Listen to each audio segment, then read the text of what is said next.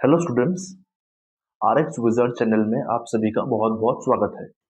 पिछले वाले क्लास में हम लोग पढ़ाई किए थे pharmacy, pharmacology, drug, dose, dosage form, prescription and OTC medicine के बारे में।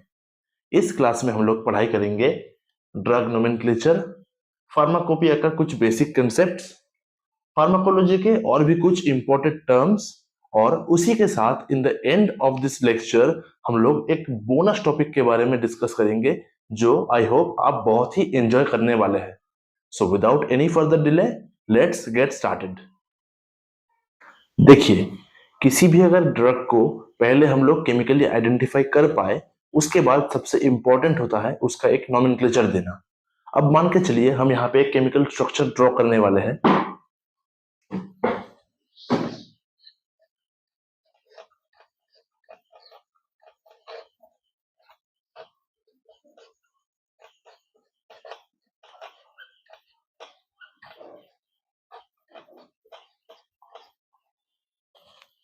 ये यहाँ पे हम एक तो केमिकल स्ट्रक्चर ड्रॉ किए हैं। आप लोगों के पास मेरा एक सवाल रहेगा, आप जरा इस वीडियो को पॉज कीजिए यहाँ पे और कमेंट बॉक्स में लिख दीजिए ये जो स्ट्रक्चर है इसका आईयूपीएसी नोमेनक्लेचर क्या होने वाला है। अब देखिए, आप अपने आप से पहले ट्राई कीजिए, फिर हम जो आंसर यहाँ पे बताने वाले हैं उसके साथ मिला लीजिएगा। देखिए, सबसे पहली बात, ये जो स्ट्रक्चर यहाँ पे है यह है फिनॉल का स्ट्रक्चर जो प्रायोरिटी ग्रुप होता है। पहले हम लोग फिनॉल लिख देते हैं। अब देखिए, फिनॉल के OH का पैरा पोजीशन, यानी ये दोनों होता है ऑर्थो, ये दोनों होता है पैरा, ये होता है मेटा पोजीशन। माफ कीजिए, ये दोनों है ऑर्थो, ये दोनों है मेटा, ये है पैरा पोजीशन। अब देखिए, पैरा पोजीशन में हम लोग एक तो सब्स्टिट्यूटेड एमिनो ग्रुप देख पा रहे हैं। हालांकि एमिनो ग्रुप होता है NH2, यहाँ पे एक हाइड्रोजन को सब्स्टिट्यूट करके ये वाला ग्रुप जोड़ दिया गया है। इस ग्रुप को कहा जाता है एसिटाइल ग्रुप। क्या कहा जाता है? Acetyl group. Acetyl group. अब देखिए, एसिटाइल ग्रुप कहां पे जुड़ा है? N पोजीशन में। N किसका? एमाइनो का। देखिए, इसे ऐसे लिखा जाता है N एसिटाइल। ये एमिनो कहां पे है? इसके रिस्पेक्ट में पैरा पोजीशन में, पैरा एमाइनो फिनॉल। देखिए, ये जो नाम है ये इसका है आईयूपीएसी नेम, यानी केमिकल नेम। इसे कहते हैं केमिकल नेम।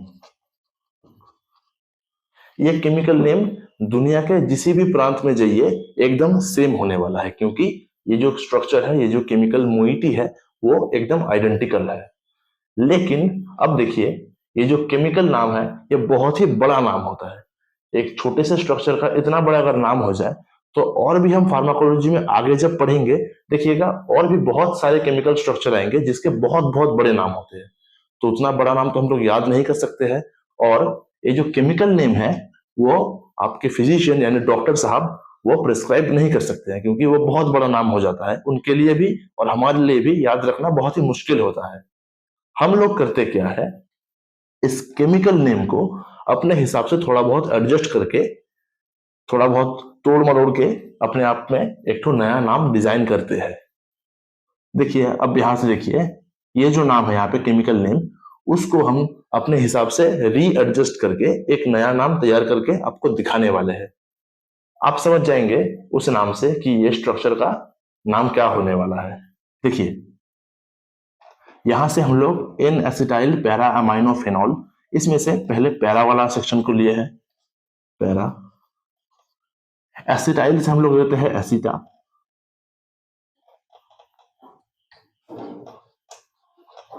एमाइनो फिनॉल से लेते हैं मोल। देखिए, पैरासिटामोल। ये पैरासिटामोल है, इस केमिकल नेम से डिराइव किया गया एक नया नाम जो याद रखने में आसान होता है, और दुनिया में जिस भी प्रांत में आप चले जाइए ये पैरासिटामोल नाम सब जगह पे यूनिवर्सली एक्सेप्टेड होता है। इसे कहा जाता है जेनेरिक नेम। क्या कहते हैं इसे? Generic name.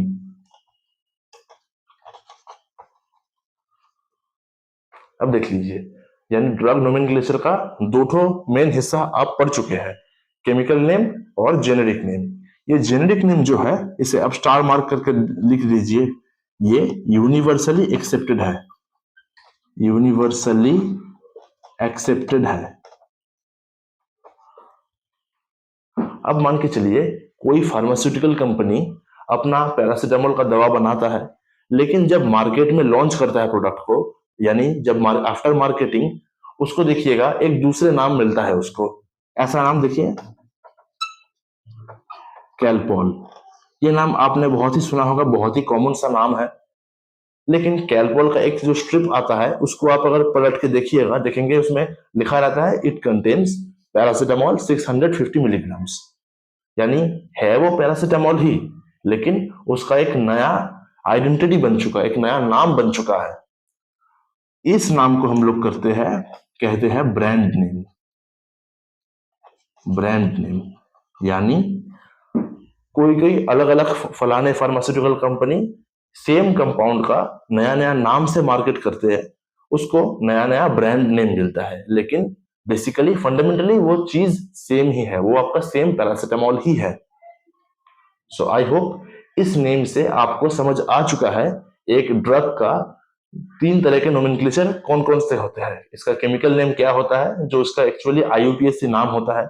उसका जेनेरिक नेम क्या होता है, जेनेरिक नेम वो होता है उसको केमिकल नाम से डिराइव किया गया एक तो नया नाम, ठीक है, जो यूनिवर्सली एक्सेप्टेड होता है।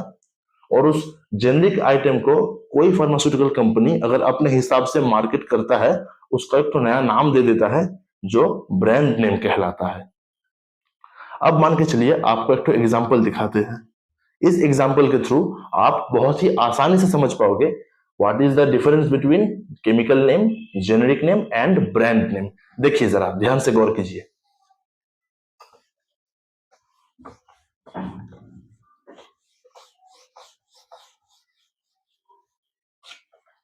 देखिए, आप पहले एक इंसान को कल्पना कीजिए। मान लीजिए ये एक इंसान है। अब इंसान का साइंटिफिक नेम यानी बायोलॉजिकल नेम जो होता है वो होता है होमो सपियंस। होमो सपियंस ये हो गया उसका बायोलॉजिकल नेम। हम आप सभी जो इंसान हैं वो सभी होमो सेपियंस के अंदर ही आते हैं, सब कोई होमो सेपियंस है। लेकिन अब एक एक इंसान को इंडिविजुअली आइडेंटिफाई करने के लिए और डिस्टिंग्विश करने के लिए सोसाइटी में उसको नाम दिया जाता है जो उसके पेरेंट्स के थ्रू मिलता है। अब मान के चलिए इस व्यक्ति को अपने पेरेंट के द्वारा एक नाम मिला है, मान लीजिए रमेश। ठीक, ये जो रमेश नाम है, इस नाम से हम लोग समझ पाएंगे कि ये नाम इस व्यक्ति को ही इंडिकेट करता है। अब मान के चलिए तब होमोसेपियंस जो है वो समझ लिए ऐसे समझ लीजिए कि वो है केमिकल नेम। यानी यूनिवर्स के किसी भी कोने में जाइए तो वो इंसान होमोसेपियंस ही कहलाएगा, उसे आप केमिकल नेम की तरह मान लीजिए।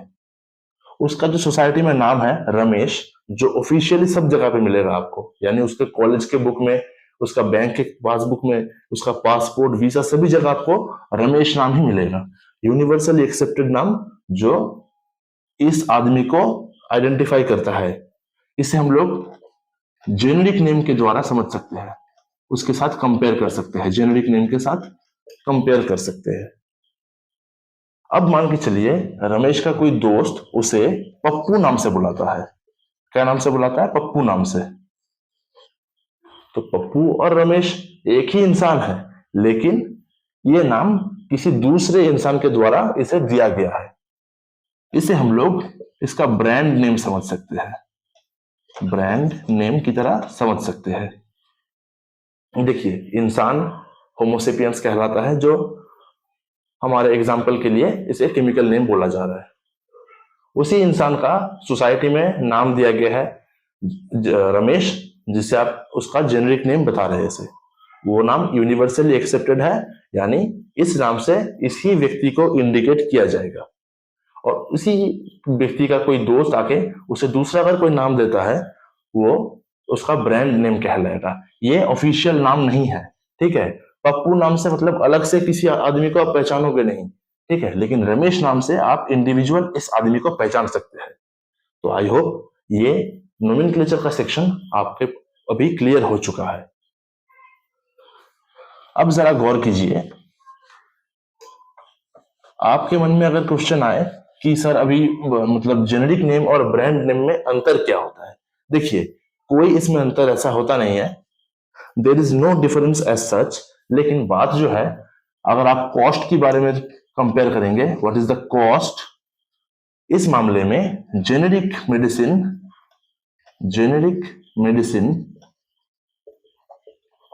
बहुत ही सस्ता होता है, चीप होता है, यानी अफोर्डेबल प्राइस में आता है। In the other hand brand medicine जो है वो बहुत ही कॉस्टली आता है, उस बहुत महंगा होता है। इसका कारण क्या है, देखिए एक कंपनी अगर कोई ब्रांड प्रिपरेशन तैयार कर रहा है, कोई अगर ब्रांड दवा बना रहा है, उसको उसे पहले पब्लिश करना है, उसको मार्केटिंग करना है, उसका एडवर्टाइज देना है।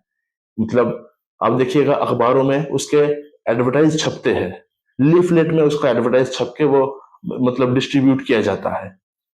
अब देखिए उस एडवर्टाइज यानी डिस्ट्रीब्यूशन के लिए बहुत सारा पैसा खर्चा होता है। एडवर्टाइज, पब्लिसिटी, डिस्ट्रीब्यूशन, इन सारों के चलते बहुत सारा अमाउंट कंपनी का खर्चा होता है।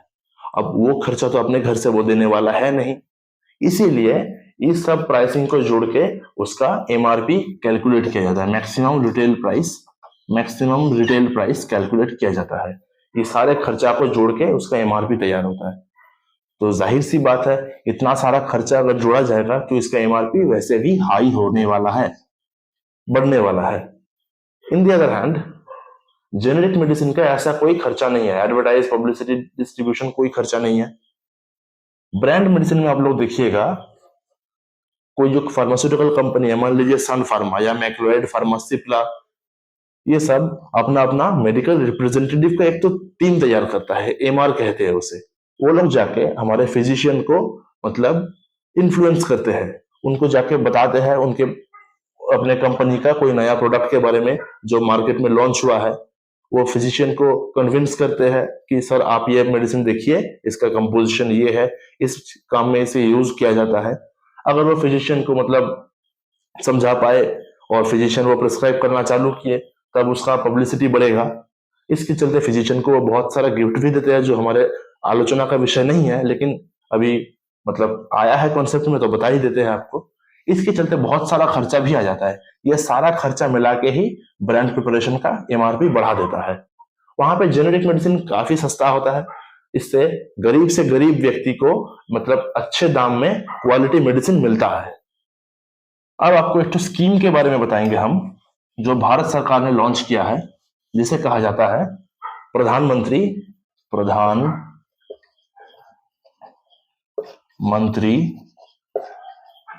भारतीय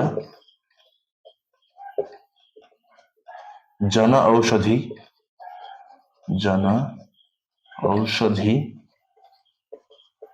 परियोजना।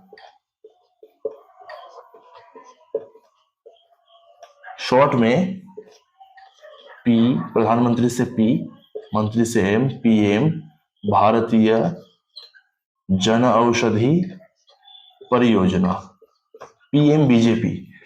इसके साथ आपको बता देते हैं, कोई पॉलिटिकल पार्टी का एफिलिएशन नहीं है, एब्रीविएशन ही अगर ऐसा आ जाए तो क्या कर सकते हैं। इस प्रोग्राम के चलते भारत के सभी कोनों में मतलब जन औषधि केंद्र स्थापित किया जाएगा, जिसमें से सिर्फ और सिर्फ जेनेरिक मेडिसिन अच्छे सस्ते दामों में मतलब गरीब से गरीब आदमी तक पहुंचाया जाएगा। ये इनिशिएटिव जो है भारत सरकार का एक बहुत ही काबिल तारीफ मतलब प्रोग्राम है, हमें इसे सपोर्ट करना चाहिए और जेनेरिक मेडिसिन का यूज बढ़ाने के लिए सभी को इन्फ्लुएंस करना चाहिए।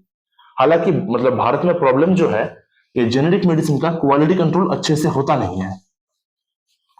वहीं पे अगर आप कोई ब्रांड प्रिपरेशन देखे तो देखिएगा उसमें मतलब क्वालिटी कंट्रोल जो है QA एंड QC, ये दोनों बहुत ही बढ़िया से होता है ब्रांड में, लेकिन जेनेरिक में उतना खासा कुछ होता नहीं है, मतलब होता है लेकिन not up to that mark.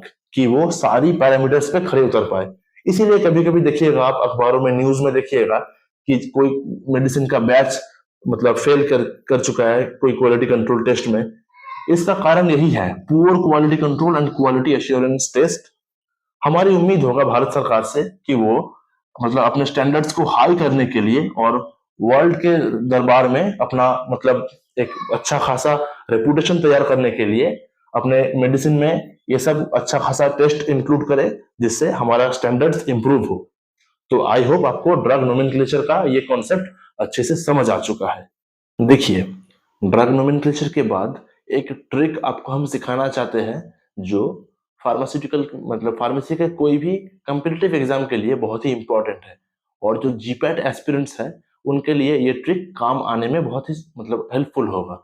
देखिए, ये जो ट्रिक है हम बताने वाले हैं, स्ट्रक्चर से उसका जेनेरिक नेम कैसे डिराइव कर सकते हैं आप, एक अंदाजा आप लगा सकते हो। और उसका कोई जेनेरिक नेम अगर दिया गया है आपको और पूछा जाए कि इसमें कौन सा ग्रुप या कौन सा मतलब आइडेंटिफाइंग स्ट्रक्चर है, वो आप थोड़ा बहुत गेस कर पाओगे।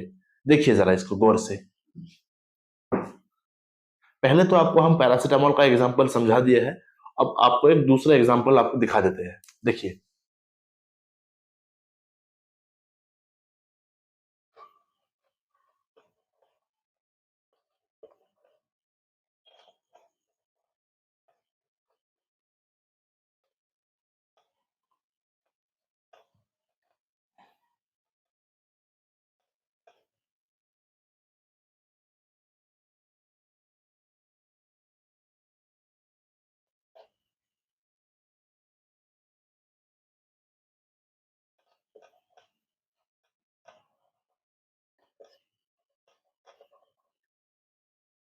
इसे देखिए, ये जो स्ट्रक्चर है इसमें इस रिंग को कहा जाता है कैटेकॉल। कैटेकॉल, इस रिंग को कैटेकॉल कहा जाता है। ये आप फार्मास्यूटिकल ऑर्गेनिक केमिस्ट्री में पढ़ेंगे, जब फिनॉल एंड रिलेटेड कंपाउंड्स आप पढ़ेंगे। देखिए, कैटेकोल है, यहाँ पे एक सब्स्टिट्यूटेड एमीन मिलेगा आपको। ये एक एमीन ग्रुप है जो सब्स्टिट्यूटेड है।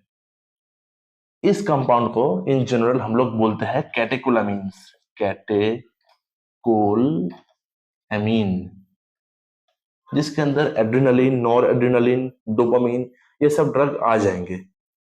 इन सबको डिटेल में हम लोग ऑटोनॉमिक फार्माकोलॉजी में पढ़ेंगे। ठीक है, अभी आप जरा एग्जांपल को ही समझ लीजिए। देखिए, यहाँ पे जो सब्स्टिट्यूशन है, मतलब ये सब्स्टिट्यूटेड जो अमीनो ग्रुप है, उसमें एमीन के साथ सब्स्टिट्यूशन में कौन सा रिंग है, इसे कहा जाता है, देखिए कौन सा स्ट्रक्चर है ये, आइसोप्रोपाइल सब्स्टिट्यूशन।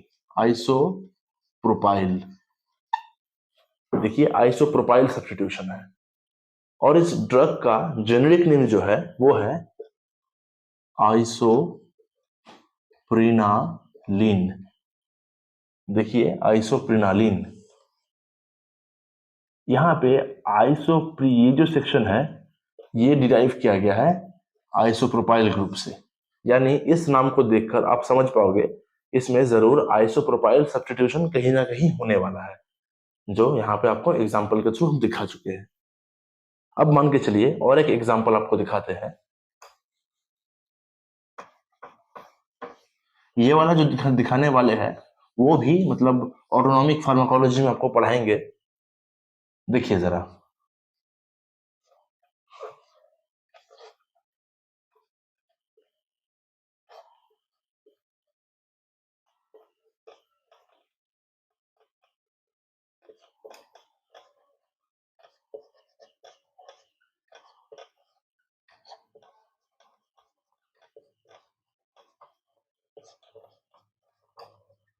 देखिए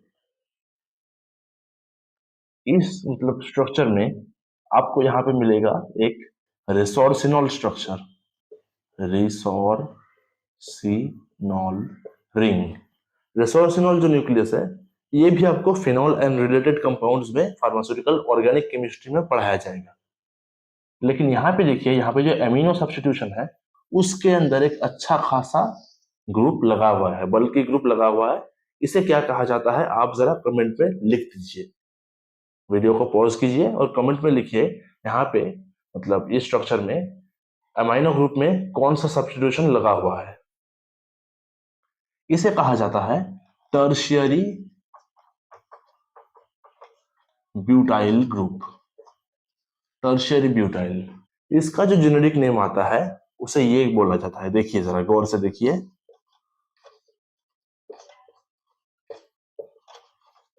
टारब्यूटालिन। इसका जेनेरिक नेम है टारब्यूटालिन। अब देखिए ये नाम से आपको अच्छे से अंदाजा लग जाएगा, टर लिया गया है टर्शियरी से, ब्यूट लिया गया है ब्यूटाइल से, यानी टर्शियरी ब्यूटाइल जो सब्स्टिट्यूशन है इसमें वो अच्छे से यहाँ पे इंडिकेट कर दिया जा रहा है। ठीक है, और अलीन जो है वो एक्चुअली एड्रेनालिन से डिराइव किया जाता है, जो इसका मतलब ये जो चेन है वो एड्रेनालिन का सेम ही होता है, उससे लिया जाता है। तो आई होप आपको समझ आ चुका है कि कैसे कोई स्ट्रक्चर का मतलब कोई स्ट्रक्चर को देख के उसका जेनेरिक नेम का थोड़ा बहुत अंदाजा आप लगा सकते हो, और अगर कोई जेनेरिक नेम आपको दे दिया जाए तो उसमें क्या क्या सब्स्टिट्यूशन पॉसिबल है, यानी उस नाम से मतलब कौन कौन से मतलब सब्स्टिट्यूशन को आप आइडेंटिफाई कर पा रहे हो, उसका एक ठो मतलब झलक आपको हम दिखा चुके हैं। अब हम ड्रग का नोमेनक्लेचर पूरी तरह से सीख गए हैं कि कौन कौन से तरह के नाम होते हैं, और वो नाम का मतलब डिफरेंट टाइप्स क्या होता है, उसमें क्या क्या पॉइंट्स है वो भी हम थोड़ा बहुत समझ चुके हैं। अब देखिए वो जो ड्रग का नाम होगा वो एक जगह पे लिस्ट किया जाना चाहिए, मतलब कोई रजिस्टर्ड बुक होगा ऐसा जिसमें सभी ड्रग का नाम रजिस्टर्ड होगा। वैसा ही कुछ किताबें हैं जो अभी हम यहाँ पे पढ़ने वाले हैं। देखिए जरा, इस पॉइंट को कहा जाएगा pharmacopoeia.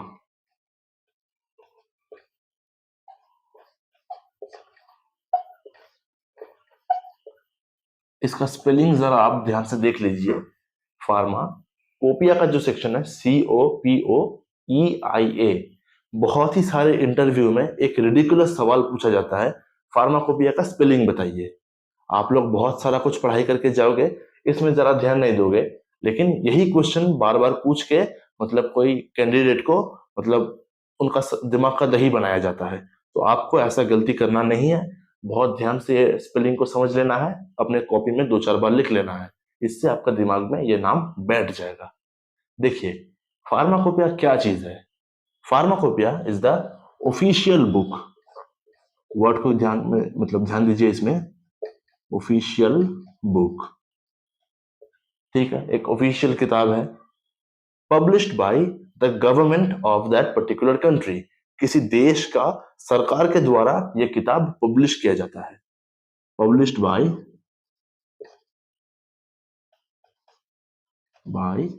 The government of a particular country, सरकार के द्वारा यह पब्लिश किया जाता है।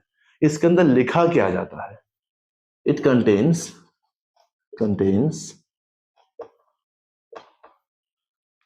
बहुत सारे इंफॉर्मेशन होता है, जैसे कि इसका फिजिकल एंड केमिकल प्रॉपर्टीज क्या होंगे, प्रॉपर्टीज, इसके मतलब points of standardisation, standardisation methods, standardisation methods, और उसके आइडेंटिफाइंग केमिकल मतलब टेस्ट, आइडेंटिफिकेशन टेस्ट,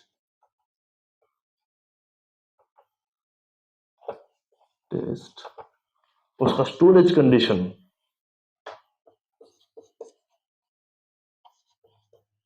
ये सब डेटा फार्माकोपिया में दिया जाता है। सो इस डेफिनेशन को और एक बार हम लोग रिपीट करते हैं, हमारे साथ रिपीट कीजिए आप।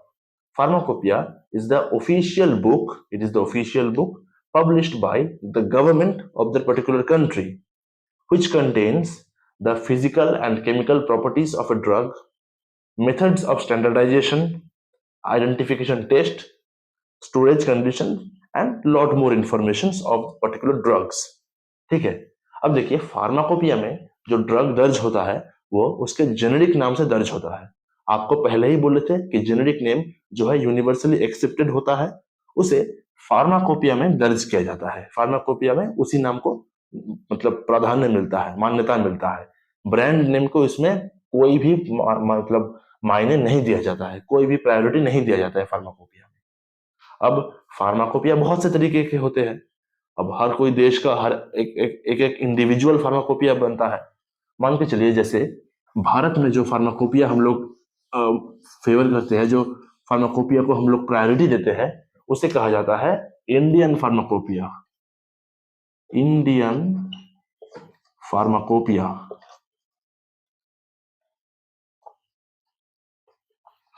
शॉर्ट में लिखा जाता है इसे आईपी। आप अगर किसी मेडिसिन का कंपोजिशन का सेक्शन देखें, उसमें दिया जाएगा, देखिएगा, इट कंटेन्स XYZ कुछ ड्रग, पास साइड में लिखा रहता है आईपी। आईपी मतलब ऑलवेज मान के चलिए इंडियन फार्माकोपिया। आप अपने घर में कोई भी दवाई हो उसको उठाइए, देखिएगा उसमें लिखा रहता है, मान के चलिए salbutamol syrup, ambroxol syrup, IP. मतलब वो जो सल्बुटामोल या एम्ब्रोक्सोल जो सिरप है, उसको इंडियन फार्माकोपिया में बताए गए स्टैंडर्डाइजेशन प्रोसेस के द्वारा सिलेक्टेड किया गया है, और यहाँ पे दी गई जो मेथड ऑफ प्रिपरेशन है उसके तहत उसको तैयार किया गया है। तो इंडियन फार्माकोपिया हो गया भारत में।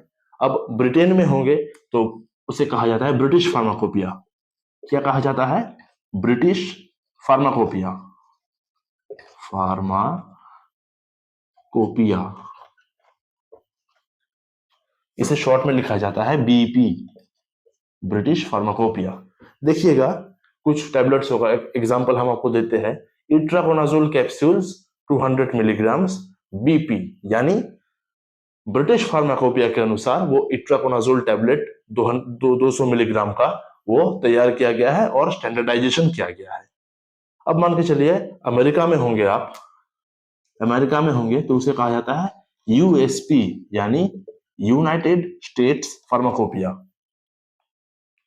अब हालांकि भारत में आईपी यानी इंडियन फार्माकोपिया को ही ज्यादा प्रायोरिटी मिलता है, लेकिन बहुत से प्रिपरेशंस है जो ब्रिटिश फार्माकोपिया या यूनाइटेड स्टेट्स फार्माकोपिया के द्वारा मतलब तैयार किया गया जाता है। मतलब ऐसा कोई बात नहीं कि भारत में हो तो आप बीपी को फॉलो नहीं कर सकते या यूएसपी को फॉलो नहीं कर सकते हो, ऐसा कोई बात नहीं है। आप जिस भी स्टैंडर्ड प्रोसेस से बनाइए, वो अल्टीमेटली पेशेंट तक सेफ और सिक्योर तरीके से पहुंचाना और पेशेंट का हेल्थ को इंप्रूव करने से ही मतलब है उसका। अब देखिए इंडियन फार्माकोपिया को हम लोग थोड़ा डिटेल में जानना चाहते हैं, क्योंकि इंडियन फार्माकोपिया से हमारे कॉम्पिटिटिव एग्जाम में बहुत सारे क्वेश्चंस आते हैं, और इस सेशन के बाद आई होप आपको इंडियन फार्माकोपिया का कोई भी डाउट नहीं रहने वाला है। देखिए इंडियन फार्माकोपिया यानी आईपी, अब शॉर्ट में आईपी ही लिखते हैं यहाँ पे। इंडियन फार्माकोपिया जो है कौन पब्लिश करेगा? Government of India, of course. So government of India में जो हेल्थ डिपार्टमेंट है यानी ministry of health and family welfare, उसके अंडर में एक तो ऑटोनोमस बॉडी है जहां जिसे कहा जाता है Indian pharmacopoeia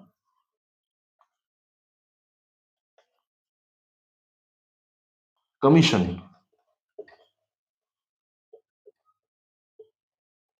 Indian pharmacopoeia commission, short में आईपीसी।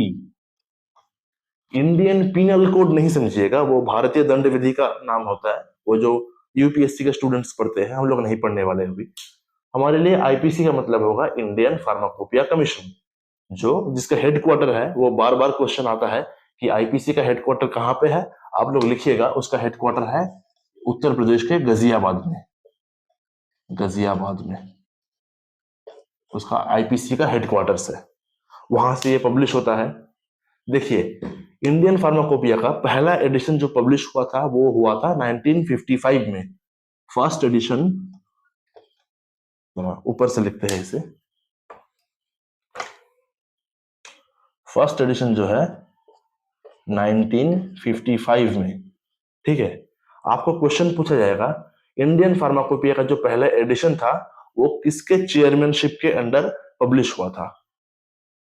अब फर्स्ट एडिशन में चेयरमैन थे doctor B.N. Ghosh. Doctor B.N. Ghosh के चेयरमैनशिप के अंडर मतलब 1955 में पहला इंडियन फार्माकोपिया का पब्लिकेशन हुआ था। दूसरा पब्लिश हुआ था, सेकंड हुआ था 1966 में, ठीक। तीसरा आया था, थर्ड जो था, थर्ड पब्लिकेशन वो हुआ था 1985 में। चौथा एडिशन आया था उसका, फोर्थ एडिशन था 1996 में। इसके बाद फिफ्थ जो था वो आया था 2007 में, बहुत से टाइम के बाद 2007 में। सिक्स्थ एडिशन आया 2010, सेवेंथ एडिशन आया था 2018 में, और लेटेस्ट जो एडिशन है वो, माफ कीजिए हमसे गलती हो गई थोड़ा, साथ में मतलब सेवेंथ एडिशन जो आया था वो 2014 में आया था, 2014। आठवां एडिशन जो है वो आया था 2018 में, और लेटेस्ट एडिशन जो है वो नाइन्थ एडिशन है, वो आया था 2022 में, यानी आज से कुछ ही साल पहले, ठीक है। तो इंडियन फार्माकोपिया का ये जो साल है इसे आपको अच्छे से याद करना है, क्योंकि जीपैट बोलिए या कोई भी कॉम्पिटिटिव एग्जाम जहां पे फार्मेसी एक मेन सब्जेक्ट है, उसमें फार्माकोपिया से एक क्वेश्चन आने ही आने हैं, एक से दो क्वेश्चन आते ही है। और इस सेशन को आप अगर अच्छे से समझ लेते हैं और अपना अच्छा नोट बना लेते हैं तो इसको पढ़ने के बाद आपको इंडियन फार्माकोपिया से कोई भी सवाल अटकने वाले है नहीं। देखिए, अभी हम लोग फार्माकोपिया के बारे में बेसिक जानकारी हासिल कर चुके हैं। अब देखिए, अभी हम फार्मेसी से और फार्मेसी के कुछ और भी बहुत इंपॉर्टेंट टर्म्स पढ़ने वाले हैं जो आगे चल के आपको सभी क्षेत्र में एप्लीकेबल होगा, ठीक है। देखिए जरा, हम लोग फार्माकोलॉजी का डेफिनेशन पढ़े थे, फार्माकोलॉजी, उसमें क्या पढ़े थे आप जरा वीडियो को पॉज करके एक बार रिमाइंड करने का कोशिश कीजिए। देखिए, फार्माकोलॉजी क्या होता है, एक systemic and scientific study of the relation between और द interaction between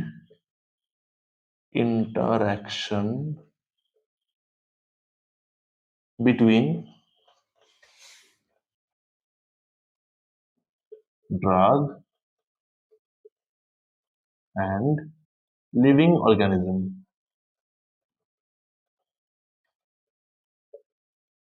ड्रग और लिविंग ऑर्गेनिज्म के बीच जो इंटरेक्शन होता है उसको ही साइंटिफिक तरीके से पढ़ने को फार्माकोलॉजी बोला जाता है। अब देखिए, ड्रग जो है वो इसके साथ इंटरेक्ट करेगा, लिविंग बॉडी के साथ, लिविंग बॉडी भी ड्रग के साथ इंटरेक्ट करेगा, ठीक है। इस दोनों इंटरेक्शन को चलते हुए फार्माकोलॉजी का दो मेन पार्ट बनाया गया है, यानी फार्माकोलॉजी का दो मेन पिलर है जिसके ऊपर फार्माकोलॉजी खड़ा रहता है। इन दोनों पिलर का नाम क्या है? एक पिलर का नाम है फार्माकोकाइनेटिक्स, यह है पहला पिलर। दूसरा पिलर है फार्माको डायनामिक्स। फार्माकोकाइनेटिक्स एक पिलर, फार्माकोडायनामिक्स दूसरा पिलर। आगे चलते हुए हम लोग फार्माकोकाइनेटिक्स और फार्माकोडायनामिक्स को बहुत ही डिटेल में समझने वाले हैं। इस सेशन में हम लोग सिर्फ बेसिक कंसेप्ट को याद कर लेते हैं, ठीक है। बेसिक कंसेप्ट समझ जाएंगे, फिर आगे चल के हम लोग डिटेल में पढ़ने में आसानी होगा हमें। देखिए, पहले हम लोग फार्माकोकाइनेटिक्स को समझ लेते हैं थोड़ा। फार्माकोकाइनेटिक्स क्या होता है? It is the branch of pharmacology which deals with what body does to the drug।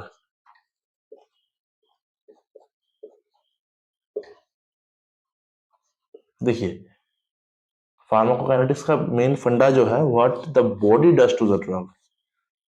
Living body drug के ऊपर क्या क्या इंटरैक्ट करता है, क्या क्या इन्फ्लुएंस करता है इसके ऊपर, ठीक है। इसी को हम लोग फार्माकोकाइनेटिक्स समझते हैं, यानी बॉडी क्या क्या मतलब क्या क्या कारनामे करता है ड्रग के ऊपर। देखिए, सबसे पहली बात, आपको कोई ड्रग एडमिनिस्टर करना होगा। हम लोग बोलते हैं दवाई लेते हैं, उसे ही इंग्लिश में बोलेंगे आज से कि ड्रग एडमिनिस्टर करना। दवाई लेना या दवाई खाना नहीं है, एडमिनिस्टर करना ये बोलेंगे हम लोग, ठीक है। साइंटिफिक टर्म है ना, इसीलिए ऐसे बोला जाता है।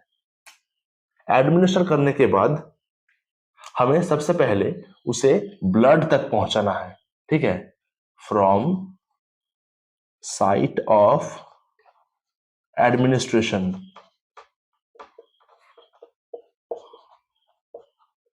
जहां से शरीर में आप घुसाए हो, ठीक है, site of administration. Maximum time में ये मुंह से होता है, यानी बक्कल कैविटी से।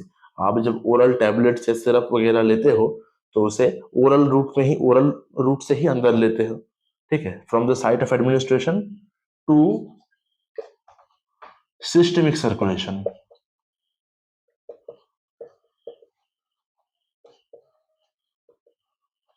यानी बक्कल कैविटी से यानी मुंह से सिस्टमिक सर्कुलेशन यानी ब्लड तक। याद रखिएगा, सिस्टमिक सर्कुलेशन है ब्लड, ब्लड तक पहुंचाना। यह पहला एक मतलब जिम्मेदारी है शरीर का कि उस ड्रग को हम मुंह से ब्लड तक ले जाए, ठीक है, वो बॉडी करता है। इस प्रोसेस को बोलते हैं एब्जॉर्प्शन। एब्जॉर्प्शन, इसे आप जरा हाईलाइट कर लीजिए, एब्जॉर्प्शन। ये हम फार्माकोकाइनेटिक्स में पढ़ रहे हैं, ठीक है। तो फार्माकोकाइनेटिक्स का पहला पार्ट हो गया एब्जॉर्प्शन, यानी जहां पे from the site of administration to the blood circulation, blood तक पहुंचाना, यह हो गया एब्जॉर्प्शन। अब मान के चलिए आप जो दवाई लिए थे वो पैर में दर्द के लिए लिए थे। अब आप बक्कल कैविटी से यानी मुंह से तो अंदर ले चुके हो, उसे पैर तक पहुंचाना है, ठीक है, उसे कहा जाता है डिस्ट्रीब्यूशन।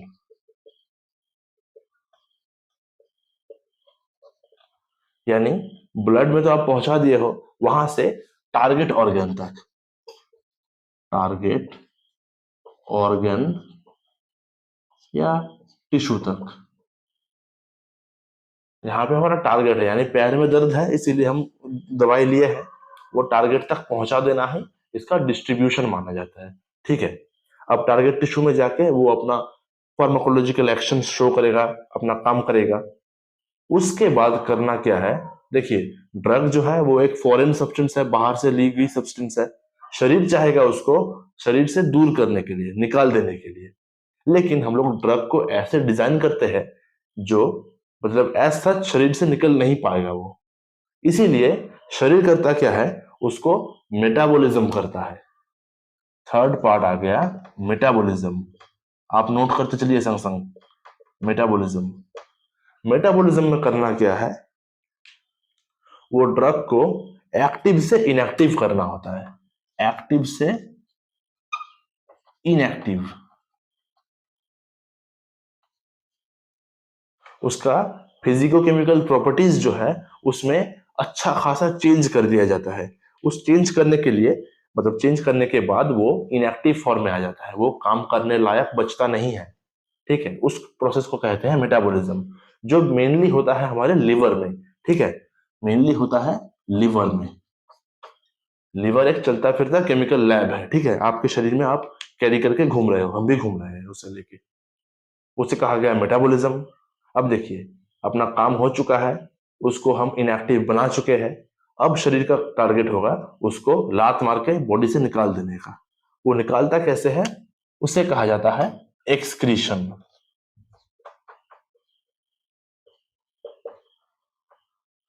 पहले आप एब्जॉर्ब किए, दवाई को मुंह से लिए थे, मुंह से ब्लड तक पहुंचाए हो, ब्लड से अपने डिस्ट्रीब्यूशन प्रोसेस के द्वारा टारगेट टिश्यू तक यानी पैर तक या सर तक, जहां पे आपका दर्द हो या जो काम के लिए आप लिए हो वहां तक पहुंचाना है, डिस्ट्रीब्यूशन।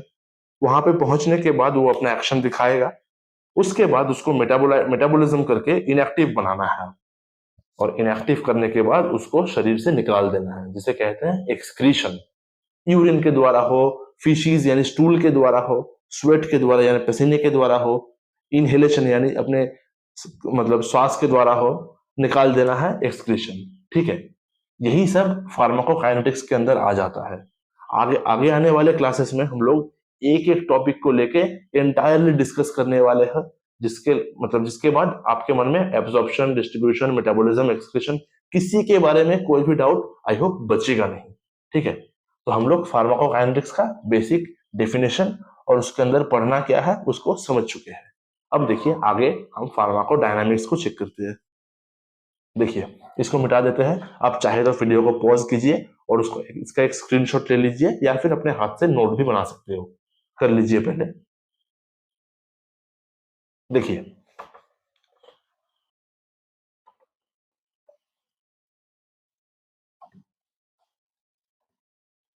देखिए फार्माकोकाइनेटिक्स हम समझ चुके हैं। फार्माकोडायनामिक्स में होता क्या है? फार्माकोडायनामिक्स का मतलब होता है what drug does to the body.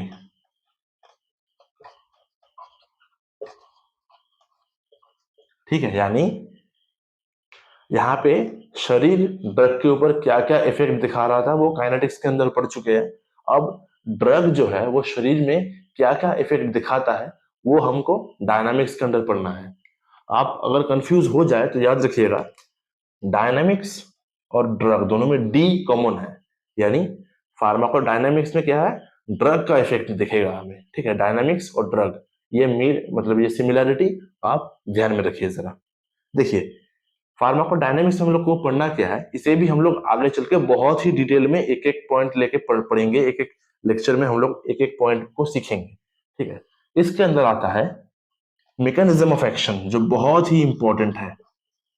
Mechanism of action, एक दवा काम कैसे करता है। ठीक है, इसको लेके हम लोग एक एंटायर वीडियो सीरीज भी बना देंगे जिससे आपके मन में कोई भी सवाल छूटेगा नहीं, कोई भी डाउट आपका रहेगा नहीं और आप मैकेनिज्म ऑफ एक्शन को अच्छे से समझ पाओगे और दूसरे को समझा पाओगे। मैकेनिज्म ऑफ एक्शन हो गया, ड्रग क्या क्या एक्शन करता है, पहला वाला मैकेनिज्म ऑफ एक्शन। दूसरा है फार्माकोलॉजिकल एक्शन। फार्माकोलॉजिकल एक्शन यानी जिस इफेक्ट के लिए, जो एक्शन पाने के लिए आप वो ड्रग को एडमिनिस्टर किए हो, जो दवाई को लिए हो, वो एक्चुअल एक्शन है फार्माकोलॉजिकल एक्शन के अंदर। मान के चलिए आपको बुखार हुआ है तो आप पैरासीटामोल को लोगे, पैरासीटामोल काम कैसे करेगा वो मैकेनिज्म ऑफ एक्शन में आपको पता चल जाएगा, ऐसे काम करता है।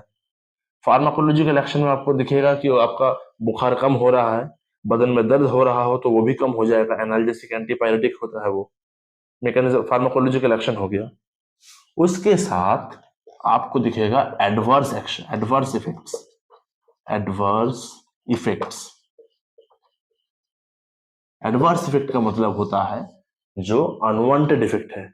आपका डिजायर इफेक्ट है ये, इसको आप डिजायर करते थे, फार्माकोलॉजिकल एक्शन पाने के लिए ही आप उसे लिए थे, लेकिन उसके साथ साथ अच्छा एक्शन देने के साथ साथ वो कुछ दूसरा एक्शन भी दिखाता है जिससे हम लोग एडवर्स इफेक्ट कहते हैं।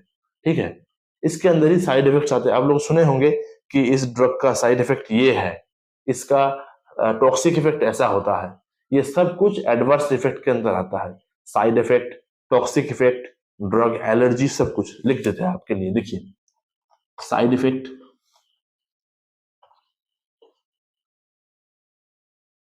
टॉक्सिक इफेक्ट, एलर्जीज, ये सब कुछ एडवर्स इफेक्ट के अंदर ही आता है। तो आई होप आपको फार्माकोकाइनेटिक्स और फार्माकोडायनामिक्स में मेन जो मतलब पढ़ने वाला चीज है आपको समझ आ चुका है। ये दोनों ही फार्माकोलॉजी का मेन पिलर है। आगे चल के और एक दो टर्म आपको सिखा देंगे हम। देखिए जरा, बहुत ही अभी हाल ही में बहुत ही पॉपुलर हुआ है क्लिनिकल फार्माकोलॉजी। देखिए क्लिनिकल फार्माकोलॉजी क्या होता है? क्लिनिकल फार्माकोलॉजी, मान के चलिए कोई भी नया ड्रग आविष्कार हुआ हो।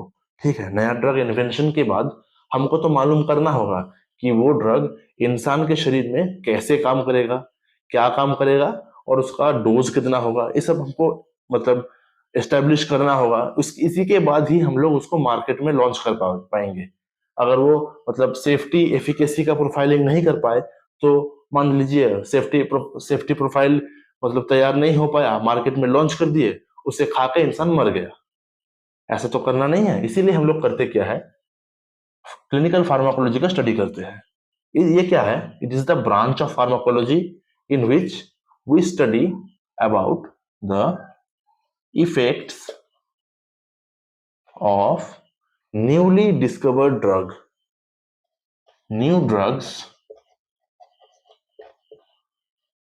किस में दिखाया जाता है इसको, इसे दिखाया जाता है इन ह्यूमंस, इंसान के शरीर में। माइंड द वर्ड, इंसान के शरीर में, इन ह्यूमंस। अब ह्यूमन सिक भी हो सकता है, मतलब बीमार इंसान में भी दिखा जाता है और हेल्दी इंसान में भी दिखा जाता है, इंक्लूडिंग बोथ सिक यानी बीमार एंड हेल्दी इंडिविजुअल्स। ठीक है। अब नया जो ड्रग है उसका इफेक्ट को एस्टेब्लिश किया जाता है क्लिनिकल फार्माकोलॉजी में। मेनली क्या क्या पॉइंट चेक किया जाता है, देखिए, इसका सेफ्टी, यानी ये ड्रग जो है वो इंसान के लिए सेफ है या नहीं। एफिकेसी, मान के चलिए एफिकेसी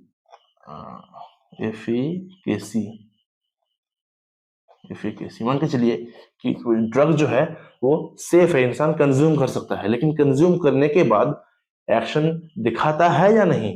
अगर मान लीजिए एक्शन दिखाया ही नहीं तो उसको एडमिनिस्टर करके हमको फायदा क्या होगा। इसीलिए एफिकेसी चेक किया जाता है और उसका डोज एस्टेब्लिश किया जाता है, यानी कितना डोज में वो काम करेगा। मान के चलिए सिक इंसान में, कोई बीमार इंसान में उसका मतलब एक पर्टिकुलर अमाउंट डोज लग रहा है, हेल्दी इंडिविजुअल में शायद उससे कम या ज्यादा लगे। तो उसको पता करने के लिए, एक जनरल डोज बनाने के लिए हम हमारे ट्रायल में, क्लिनिकल फार्माकोलॉजी में, बीमार और स्वस्थ दोनों तरह के इंसान को इंक्लूड कर देते हैं। ठीक है, तो बेसिकली क्लिनिकल फार्माकोलॉजी यही चीज है। उसी के साथ देखिए, फार्माकोलॉजी का एक तो नया टॉपिक अभी उभर के आ रहा है जो है फार्माकोजेनेटिक्स। ठीक है, फार्माकोजेनेटिक्स वो क्या है, मान के चलिए सभी इंसान का जेनेटिक मेकअप जो है, यानी डीएनए का जो स्ट्रक्चर है वो डिफरेंट होता है। मेरे में जो है जेनेटिक मतलब कोड जो है आपसे डिफरेंट होगा, यानी अभी हर हर कोई इंसान डिफरेंट होता है अपने जेनेटिक कॉन्फ़िगरेशन के थ्रू। अब देखिए, कोई दवा, एक पर्टिकुलर ड्रग इसके शरीर में काम कर रहा है, लेकिन इसके शरीर में शायद वो काम ना करे, और इसका काम करने का जो मतलब एफिकेसी का जो प्रोफाइल है वो इसके डीएनए के द्वारा नियंत्रित हो रहा हो, डीएनए के द्वारा ही नियंत्रित होता है। अब मान के चलिए ये ड्रग को काम करने के लिए जो जो मतलब रिसेप्टर, यानी जो जो मतलब एस्टेब्लिशमेंट चाहिए, वो इसका डीएनए में तैयार नहीं कर पा रहा है। मतलब एक इंसान का जेनेटिक्स उसका ड्रग मेटाबॉलिज्म या ड्रग प्रोफाइलिंग में कैसे इन्फ्लुएंस करता है, यही हम पढ़ते हैं फार्माकोजेनेटिक्स में। फार्माकोजेनेटिक्स एक इंसान का जेनेटिक मेकअप जो है, जेनेटिक कॉन्फ़िगरेशन, वो एक ड्रग का फार्माकोलॉजिकल प्रोफाइल में कैसे इंटरफेयर करता है, वही है फार्माकोजेनेटिक्स के अंदर पढ़ने का सब्जेक्ट। ठीक है, देखिए, अब हम हमारे लेक्चर के एकदम एंड में आ चुके हैं, और जैसे हम आपको प्रॉमिस किए थे, अभी अभी टाइम है हमारे वो बोनस टॉपिक को डिस्कस करने का। वो टॉपिक है different symbols used in pharmacy. अब मान के चलिए आप जब फार्मेसी में जाते हो या फार्मेसी या मेडिकल के बारे में कोई भी मतलब सुनते हो, आपके मन में कुछ सिंबल्स यानी प्रतीक का भावना आता है। जैसे कि मान लीजिए ये सिंबल RX, आप देखे होंगे या पढ़े होंगे कि ये जो है एक सिंबल है जो ग्रीक गॉड जुपिटर से लिया गया है, सिंबल ऑफ जुपिटर। जुपिटर जो गॉड ऑफ हीलिंग कहा जाता है उन्हें, ठीक है, उनका लोगो था रोमन कल्चर में ऐसा ऐसा ये था जुपिटर का सिंबल, जिसको मॉडिफाई करके ये RX बनाया गया है। ये RX सिंबल अभी लैटिन टर्म्स में आप लोग पढ़ेंगे, इसे कहा जाता है टेक दाव, टेक दाव। दाव का मतलब प्राचीन इंग्लिश में यू होता है, यानी यू टेक। RX का मतलब अभी आपको क्लियर हो चुका है, और ये RX के मतलब यूज करके ही हम अपने चैनल RX विजर्ड का नाम रखे हैं। RX जो है फार्मेसी को डायरेक्टली सिंबलाइज किया जाता है RX के द्वारा। अब देखिए,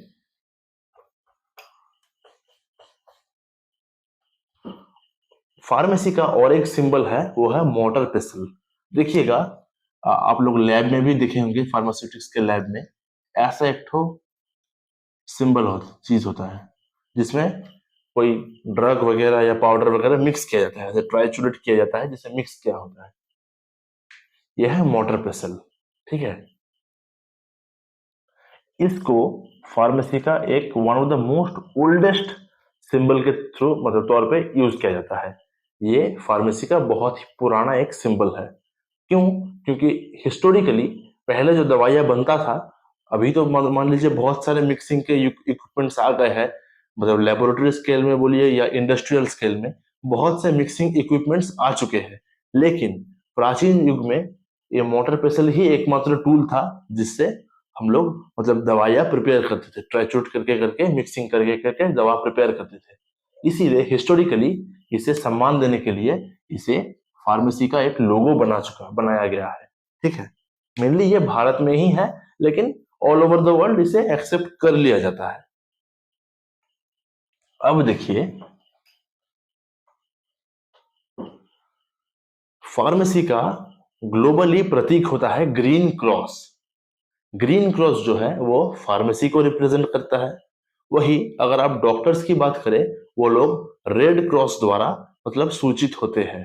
रेड क्रॉस होता है मेडिकल यानी डॉक्टर्स का सिंबल, और ग्रीन क्रॉस होता है फार्मासिस्ट का सिंबल। ठीक है, और आपको शायद कुछ मतलब लोगों देखे होंगे कि ऐसा कुछ एक छड़ी के आसपास आजू बाजू एक ठो सांप ऐसे कुंडली मार के बैठा है। ठीक है, ऐसे एक लोगो देखे होंगे। ये लोगो है द रॉड ऑफ एस्क्लेपियस। इसे कहा जाता है द रॉड ऑफ एस्क्लेपियस, यानी एस्क्लेपियस की छड़ी। एस्क्लेपियस कौन थे? वो ग्रीक कहानियों में, ग्रीक पुराणों में इन्हें मतलब दवाइयों के देवता, गॉड ऑफ मेडिसिन बोला जाता है। ये सिंबल जो है ये globally it is the symbol of doctors. Doctors का सिंबल है ये रॉड ऑफ एस्क्लेपियस। ठीक है, और वर्ल्ड हेल्थ ऑर्गेनाइजेशन यानी हु, उसका अगर सिंबल आप गौर से देखें, उसमें भी आपको ये रॉड ऑफ एस्क्लेपियस दिखाई देगा। लेकिन कभी कभी आप देखे होंगे डॉक्टर्स लोग ऐसा करके कोई सिंबल यूज करते हैं, एक छड़ी के ऊपर दो ठो पंख लगे रहते हैं, ऐसे करके दो ठो पंख लगे रहते हैं, और दो ठो सांप ऐसे इसको रैप किए होते हैं। दो ठो सांप आजू बाजू मतलब स्पिन करते रहते हैं। ये जो सिंबल आप देखेंगे इसे कहा जाता है कैडुशियस। ठीक है, ये एक्चुअली मतलब डॉक्टर्स का सिंबल है नहीं, लेकिन फिर भी कहीं कहीं मेनली यूएसए में इसको भी डॉक्टर्स के सिंबल के मतलब डॉक्टर्स का सिंबल का एक मान्यता दी गई है। ठीक है, फार्मेसी का एक और भी बहुत ही प्राचीन मतलब सिंबल जो है, ये भी वर्ल्ड वाइड एक्सेप्टेड है, वो है the bowl of Hygia. Hygia की कटोरी। देखिएगा आप ऐसा करके एक ग्लास या कटोरी जैसा कुछ होगा, उसमें एक सांप ऐसे चढ़ा हुआ होगा। ऐसा सिंबल आप देखे होंगे। ये है गॉडेस हाइजिया, मतलब एस्क्लेपियस की बेटी, उनका सिंबल ये ही ग्लोबली फार्मेसी का सिंबल माना जाता है।